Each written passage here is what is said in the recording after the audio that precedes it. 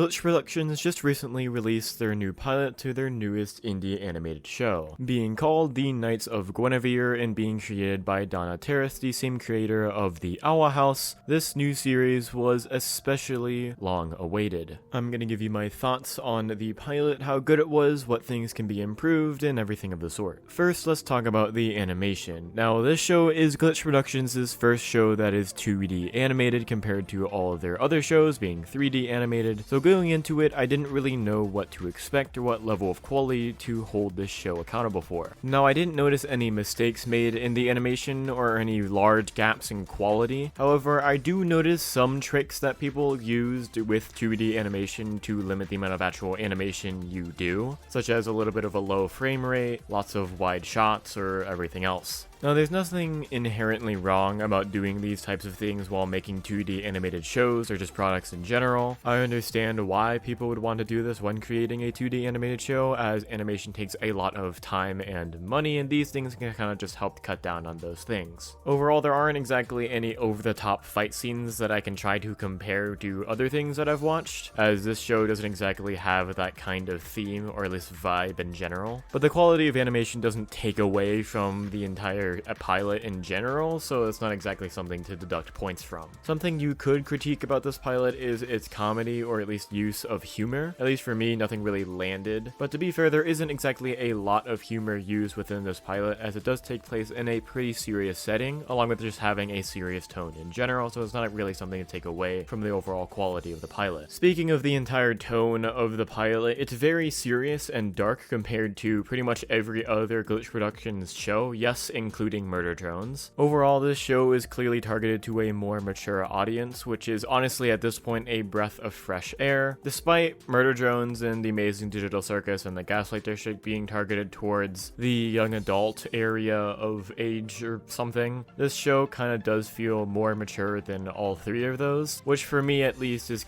a little bit of a relief. I've always wanted a little bit more of a serious indie show, however that hasn't really been possible besides like the Helliverse or whatever, which I don't enjoy for other reasons. But mostly shows like that, especially if they're indie, don't exactly happen, mostly because a lot of them are posted on YouTube, and YouTube censorship can be really annoying sometimes. Speaking of annoying things, something that really irritated me while I was watching the pilot was the fact that a lot of the times the characters would say the subtext out loud.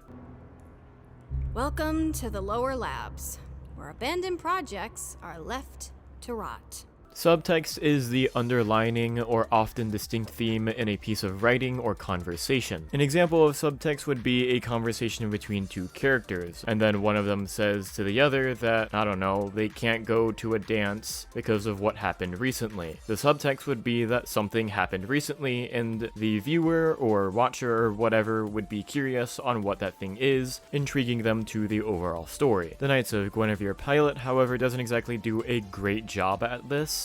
A lot of the times characters just say what's going on, or at least state, like I said, subtext out loud, which I don't know if that's something you guys noticed as well. You can let me know down in the comments, but at least for me, it was a little bit irritating. It didn't like ruin the entirety of the characters or, God forbid, the entire pilot. It's not that deep, but I do think it's something that can be improved just in pilots in general, as subtext is especially important, especially if you're trying to set up an entire series. Despite the subtext being stated louder than all of the anti-Disney propaganda that was in the pilot, which by the way, I love it, the pilot is actually really good. For me, it does a very good job in intriguing me into the entire universe of this story, and has also interested me into following the entire series. Overall, I would give this pilot something like maybe a 7 or maybe even a 8 out of 10. Definitely not the best, but far from being the worst I've ever seen. Go watch the pilot. It is definitely worth a watch, especially if you are involved with all of what Donna Terrace has done in the past. Although I haven't watched The Owl House, I assume it's slightly similar in some ways, but overall it's just a good watch in general, and I can't wait for episode 2. Plus, you should just support indie shows in general if you think they're good and whatever, of course.